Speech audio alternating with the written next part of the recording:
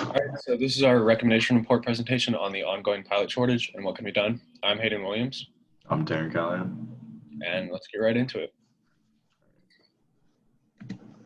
So the pilot shortage has been caused by a multitude of issues, but the most prominent ones talked about are mass retirement of baby boomers and decreased incentives for pilots to join the aviation industry. An article by Heimerdinger written in 2021 titled "Aviation Will Need 27,000 New Pilots in 2021 as Shortage Continues" states that studies show that the industry will need 264,000 pilots in the next decade. Another article by Sater written in 2019 titled "The Aircraft Maintenance Technician Shortage" shows that the global aircraft fleet is expected to grow by 40% in 2027. So this shows a need that we need to address this shortage in the coming years. So one solution that the airlines could implement is increasing incentives for pilots. So in 2014, regional airlines paid pilots $18,616 for first year salary. And this is based on data provided from a 2018 journal called Pilot Supply at the Regional Airlines by LUT. And of course, this number is very low and would easily fall under the poverty line today. Since then, of course, salaries have increased, but research also done by LUT from 2018 showed that airlines did see increasing wages attract more pilots. And another factor for airlines getting pilots would be undesirable base locations. So this was a big contributor for like airlines in LUT's research for hiring qualified pilots. So if we look at Delta's current hub and spoke structure, there's actually only about 6 main hubs, one being in Seattle, Salt Lake City, Los Angeles, St. Paul, Atlanta, and then you could say maybe Detroit or New York. But regardless, there's only a handful of locations that you would have to be willing to live in across the US if you wanted to work for Delta. And this might cause a problem for a lot of people. Another solution that the airlines could implement are airline assimilation programs. So a few examples of these programs that are already starting to be implemented. These are very new, of course, but there's United's Aviate program, Southwest Destination 225, and Delta's Propel program. And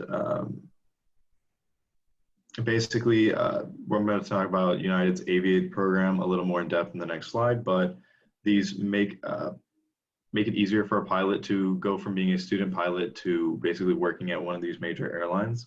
And not only would implementing these help pilots in general, but there are unique ways that airlines can utilize these programs to assist students. So, for example, Kelvin Mason of Delta Airlines mentions in a podcast interview called Fastest Way to Delta by Justin Seams from 2020 that when a flight instructor is accepted to Delta's Propel program, they're actually required to stay at the flight school they're working at for the rest of the academic semester. And this basically helps students by not losing their instructor in the middle of their training, which can help them progress faster.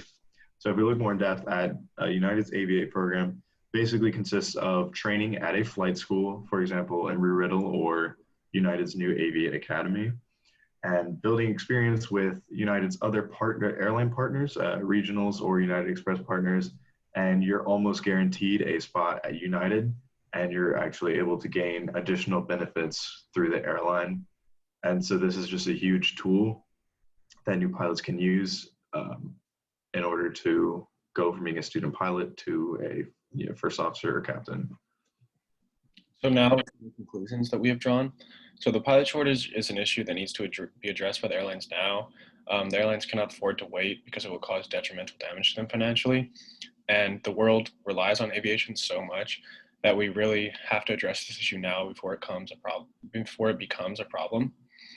So through our research earlier presented by Taryn, it has been shown that increasing pilots' pay does help increase incentives for pilots to join airlines, and that airline assimilation programs such as Aviate and Southwest Destination 225 can help create a supply of steady pilots and also decrease financial barriers associated with training.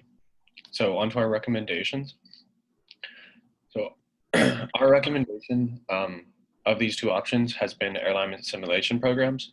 So these programs allow airlines to simultaneously decrease barriers associated with flight training and also increase their pilot supply. It also lets airlines control every aspect of training, and they get to meet pilots early and take them through every step of the way. It also creates infrastructure and provides a long-term solution for the pilot shortage, so they can pull from these programs for coming years and decades in the future.